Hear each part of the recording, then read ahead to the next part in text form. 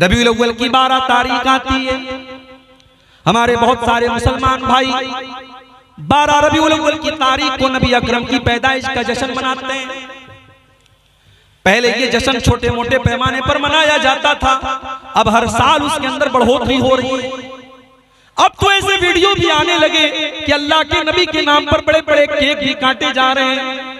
ऐसे वीडियोस भी हमने देखे कि लड़कियां नाच रही हैं, नबी की पैदाइश का जश्न मना रही हैं। इसी मालदा और कलियाचक की सड़कों पर हमने देखा नौजवान खूबसूरत लड़कियां बड़ी बड़ी गाड़ियों पर बैठी हैं और अल्लाह के नबी की मोहब्बत के नाम पर झंडे उठा उठा करके वो नबी अकरम का नारा लगा रही हैं।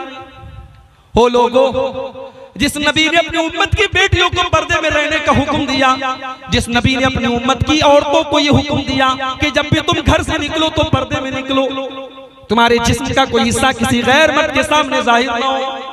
आज उसी रसूल की मोहब्बत के नाम पर जवान जवान लड़कियां आज अपनी खूबसूरती की नुमाइश कर रही हैं। जिस नबी ने अपनी उम्मत को यह तालीम दी थी, मन तशब्बहा बिकौमिन फहुवा मिनहुम, जो किसी कौम की नकल करेगा वो उसी कौम के साथ कल कयामत के दिन उठाया जाएगा। हमने अपने नबी की मोहब्बत के नाम पर अपने नबी का ही बर्थडे मनाना शुरू कर दिया। हमने अपने नबी की मोहब्बत के नाम पर केक काटना शुरू कर दिया। कुछ दिन और गुजर जाने दो, अभी तो केक काटे गए हैं, मोमबत्तियां भी जलाई जाएंगी। और जिस तरीके से बच्चे का बर्थडे मनाया जाता है और हैप्पी बर्थडे टू यू कहा जाता है, उस तरीके से हैप्पी बर्थडे टू यू या रसूल अल्लाह भी कहा जाएगा। आप देख लीजिएगा, अगर आप जिंदा रहे तो वो दिन भी आएगा। बिदात हर साल एक नए बच्चे को जन्म देती है। नबी अकरम जब नमाज पढ़ते थे, सलाम फेरने के बाद आप अल्लाहु अकबर कहते थे, अस्तगफिरुल्लाह अस्तगफिरुल्लाह अस्तगफिरुल्लाह कहते थे। मुख्तलिफ आप दुआएं पढ़ते थे, अल्लाहुम्मा अंतस सलाम व मिनकस सलाम तबारक या ज़ल जलाली वल इकराम रब्बी इन्नी अला ज़िक्रिका व शुक्रिका व हुस्नि इबादतिका। मुख्तलिफ आप दुआएं पढ़ा करते थे। उसके बाद अगर किसी की मर्जी है, कोई चाहता है वो हाथ उठा के दुआ करना चाहता है, अपने लिए अपने बाल बच्चों के लिए वो दुआ कर सकता है, कोई मनाही नहीं है। हमने क्या किया, हमने नमाज पढ़ते ही सलाम फेरते ही हमने हाथ उठा के दुआ करना शुरू किया। इमाम ने हाथ उठाए, मुक्तदियों ने इमाम उठाए, मुक्तदियों ने हाथ उठाए, लोगों ने दुआएं की और उसके बाद सब उठ करके चले गए, सुन्नतें पढ़ने लगे। और सलाम फेरने के बाद की जो दुआएं हैं वो कोई नहीं पढ़ रहा है।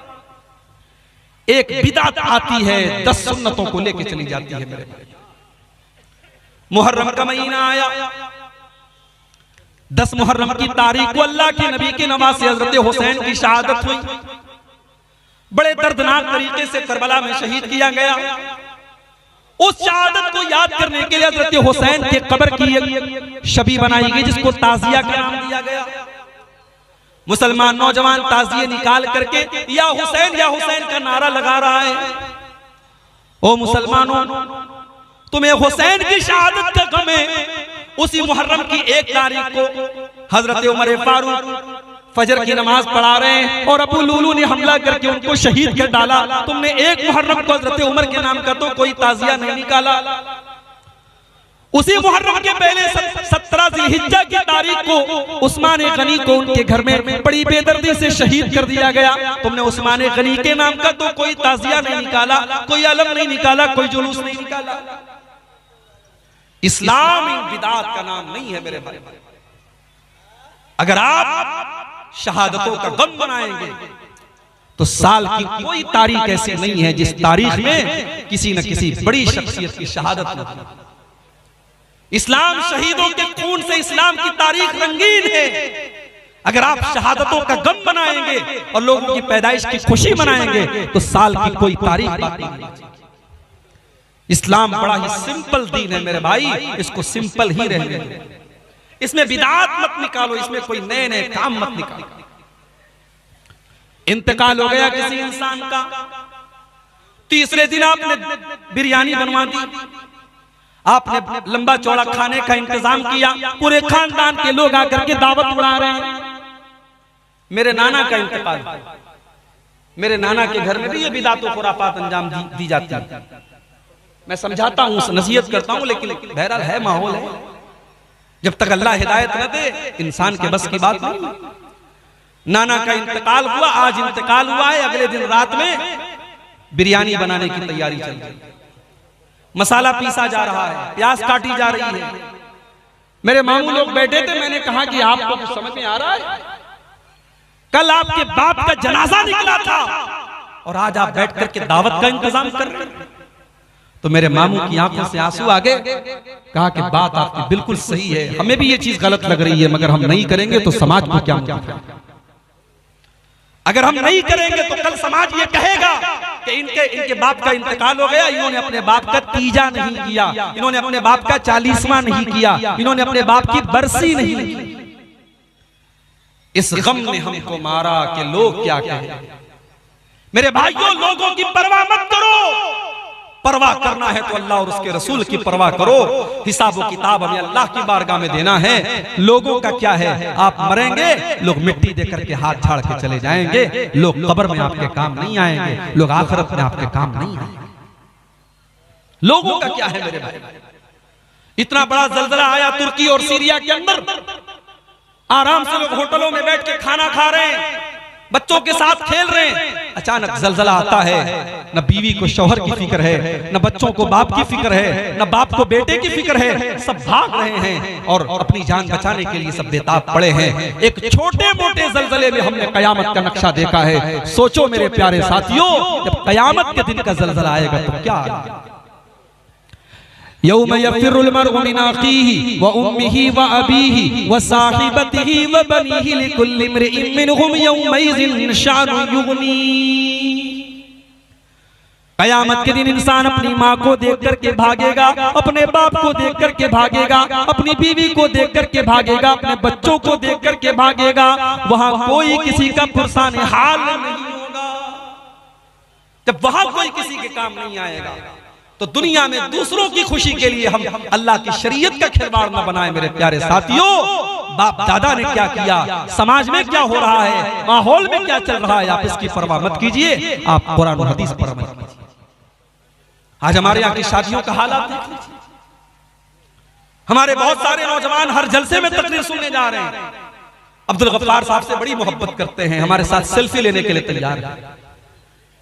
लेकिन आपने कभी ये सोचा कि आप जब शादी करते हैं तो आपको बाकायदा सामान तिजारत बना करके आपका सौदा किया जाता है? गरीब लड़की के बाप से सौदा किया जाता है कि शादी के मौके पर आपको ये चीजें देनी पड़ेगी।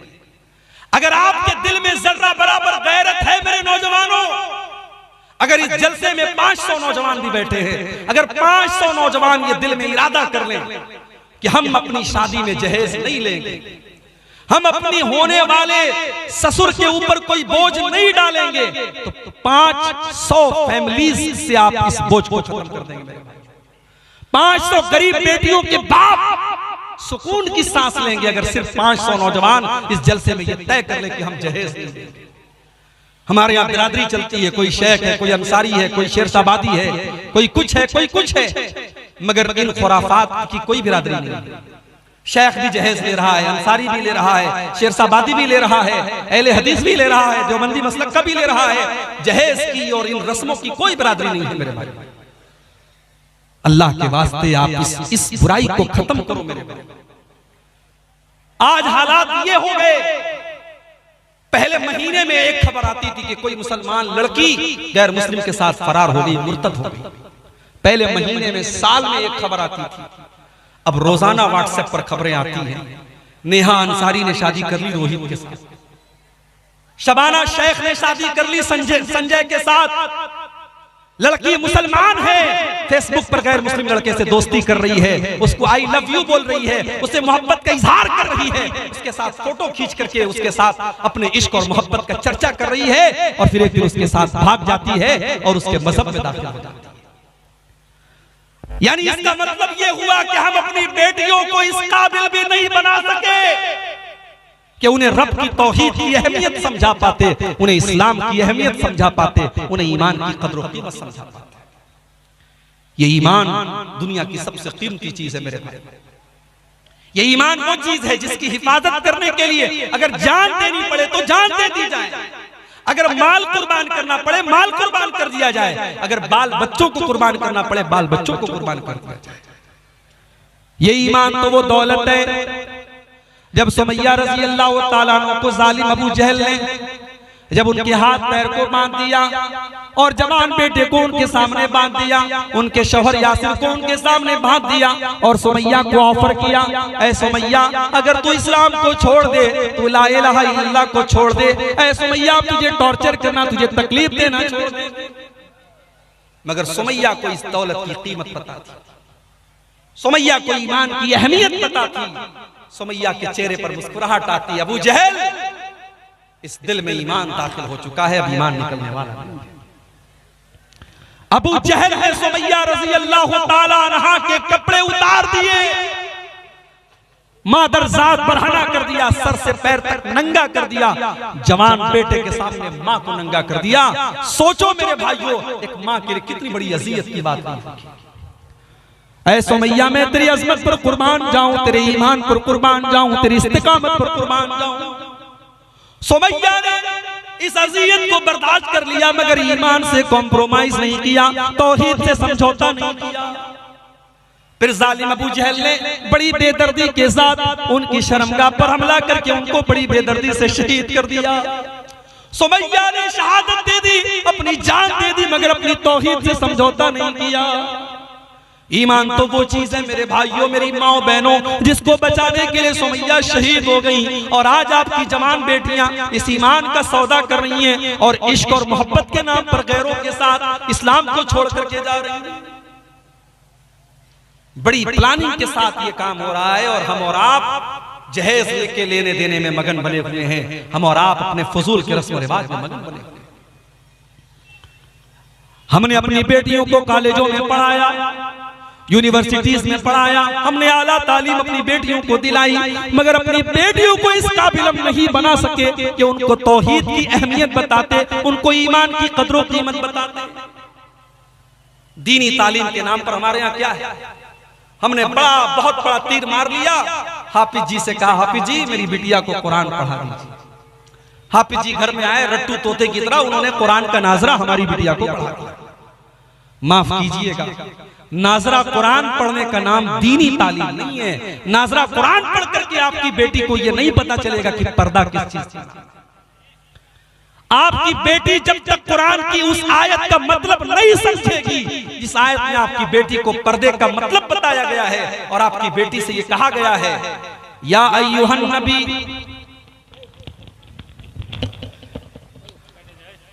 या अय्युहन नबिय्यु कुल लिअज़वाजिका व बनातिका व निसाइल मुमिनीना युदनीना अलैहिन्ना मिन जलाबिबिहिन्ना।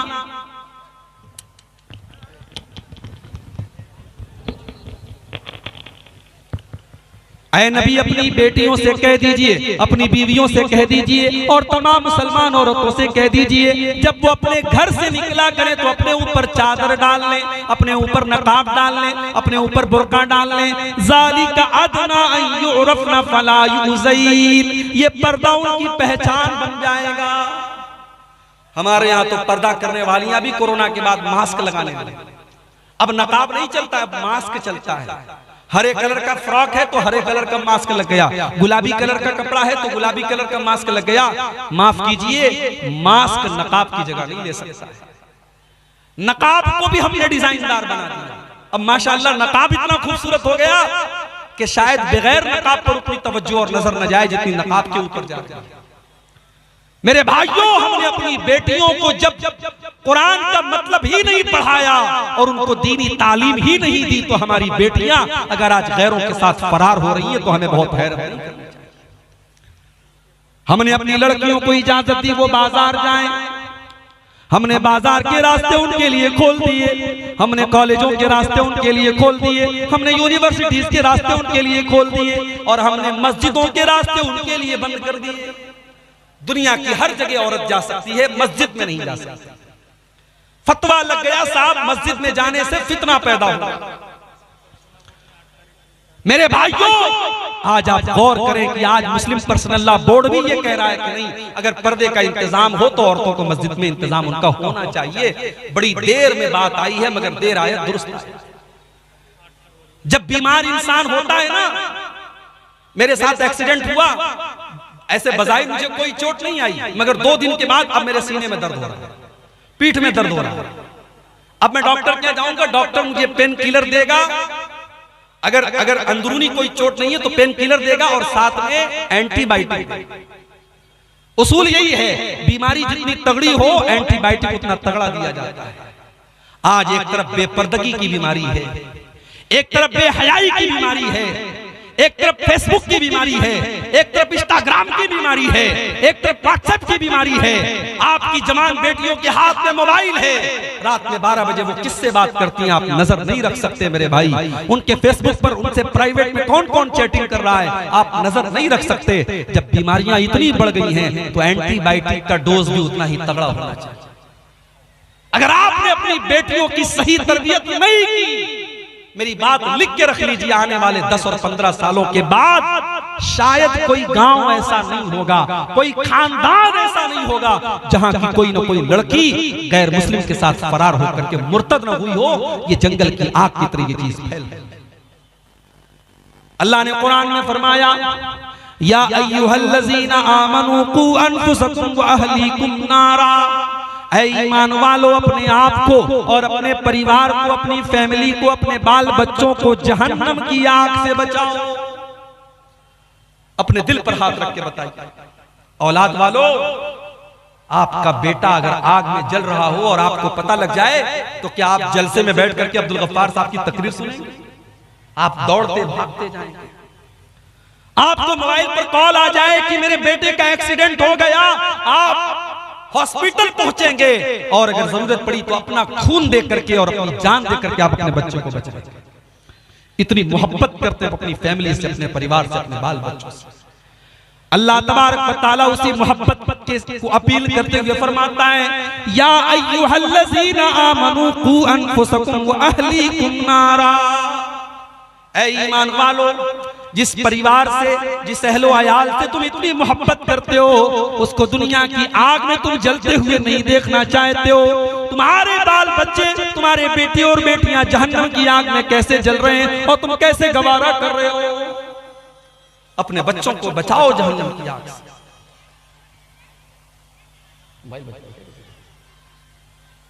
आप रात में तहज्जुद की नमाज पढ़ रहे हैं, आप रात में तहज्जुद की नमाज पढ़ रहे हैं, कौन है भाई?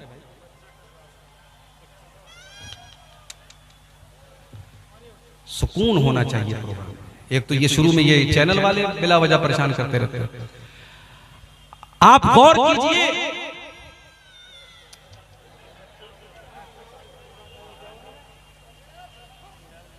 अल्लाह रहम फरमाए, बच्चों की मोहब्बत हमारे और आपके दिल में, लेकिन अगर आप तहज्जुद की नमाज पढ़ रहे हैं और आपका बेटा गलत रास्ते पर जा रहा है और आपकी बेटी गलत रास्ते पर जा रही है मेरे भाइयों, तो अल्लाह क्या हमारी और आपकी गर्दन बच नहीं सकती।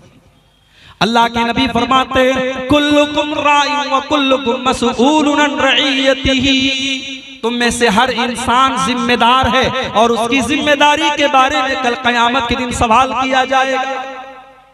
आपको अपने बच्चों की बहुत फिक्र है, आपने बच्चों के लिए प्रॉपर्टी बनाई, आपने घर मकान बनाया, आपने सोने चांदी के जेवरात बनाए, मगर अपने दिल पर हाथ रख के बताओ, आपने अपने बच्चों की आखिरत के लिए क्या किया?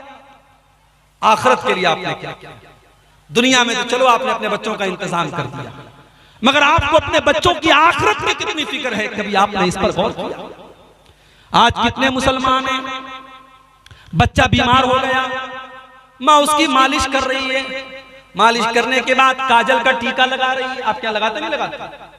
काजल का टीका लगाती है पेशानी।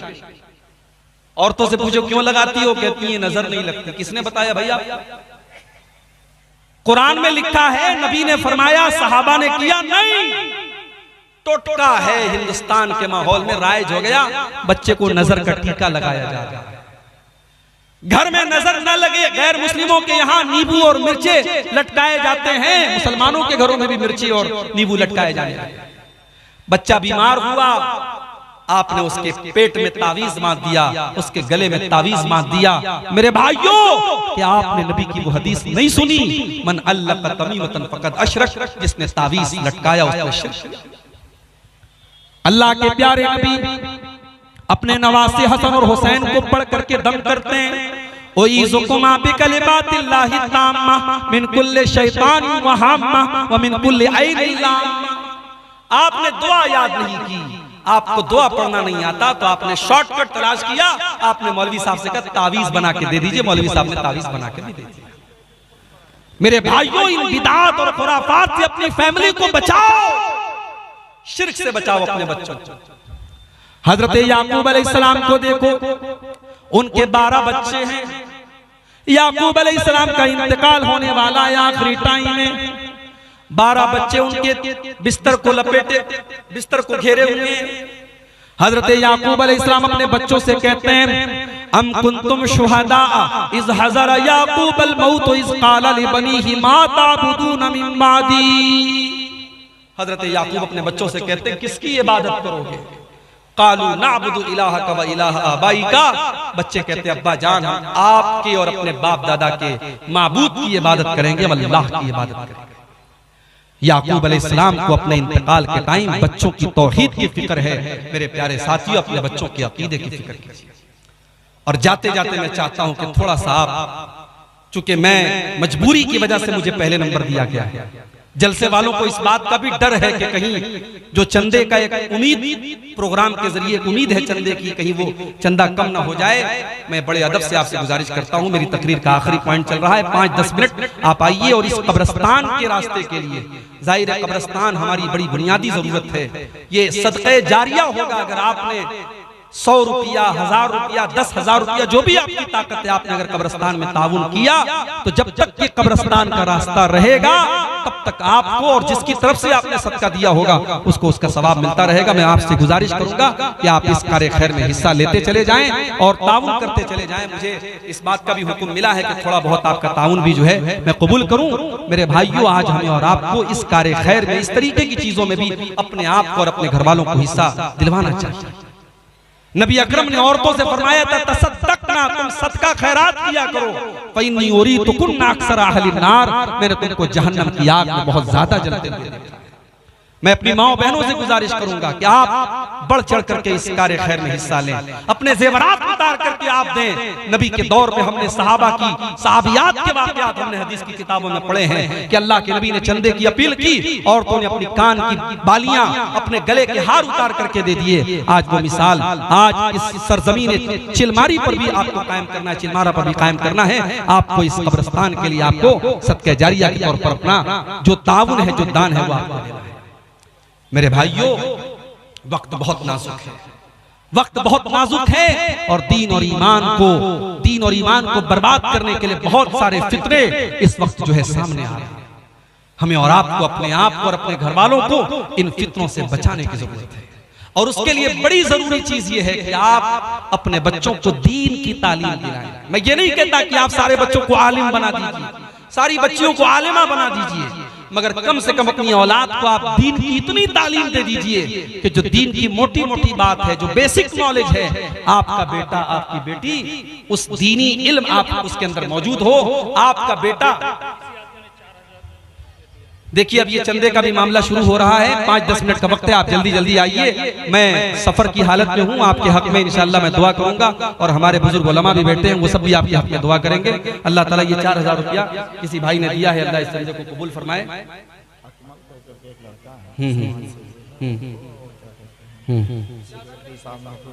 जी जी जी जी जी, बुलाए अकमल भाई, अगर आवाज सुन रहे हो तो वहाँ स्टेज पर यहाँ चले आए, जो इस इलाके के बड़े मोहतरम एक शख्स हैं, समाज सेवी हैं, उनको यहाँ बुलाया जा रहा है कि वो आए और इस कार्य खैर में वो भी जो है हिस्सा लें। और आप सबसे मैं ऐलान करता हूँ, अपील करता हूँ कि आप आइए, शर्माइए मत, पीछे मत रहिए, आइए। और मेरे हाथ पर अगर आप देना चाहते हो तो मेरे हाथ बोल दीजिए। तो महिला हमारे जो मामू हैं अबुल कासिम बिजली साहब, उनको भी आप देना चाहें उनको भी आप दे सकते हैं, पूरे इलाके के मामू हैं। तो मेरे भाइयों, वक्त बिल्कुल खत्म हो रहा है, 11 बजे मुझे कटिहार पहुंचना है, 10:30 बज चुके हैं। आप आइए और थोड़ा जल्दी जल्दी जो भी इस कब्रिस्तान के लिए आप ताउन कर सकते हो कीजिए। ये किसी भाई ने 500 रुपया दिया है, अल्लाह ताला उसके ताउन को कबूल फरमाए। अल्लाह ताला जो भी हमारे भाई, सलीमुद्दीन अंसारी 200 रुपया, सलीमुद्दीन भाई ने 200 रुपये दिए, अल्लाह उनके सदक़े को भी कबूल फरमाए। और कोई भाई अगर इस कार्य खैर में हिस्सा लेना चाहते हैं तो आए, आगे बढ़ें। और एक साहब 50 रुपये। ये देर न करे, मौलाना चले जाएंगे। इमाम साहब इस मस्जिद के उन्होंने रजाकार हजरात पिंडाल में चादर लेकर जाएं। औरतों के पिंडाल में जिन रजाकार को जिम्मेदारी दी गई है वो चादर लेकर औरतों के पिंडाल में जाएं। जो भी भाई कुछ मजबूरियों के पेश नज़र हजरत मौलाना अब्दुल गफ्फार सलफ़ी हफिज़हुल्लाह को अभी वक्त दिया गया था। अब आपके सामने इश्तिहारी मुकर्रिर बहुत सारे मौजूद हैं।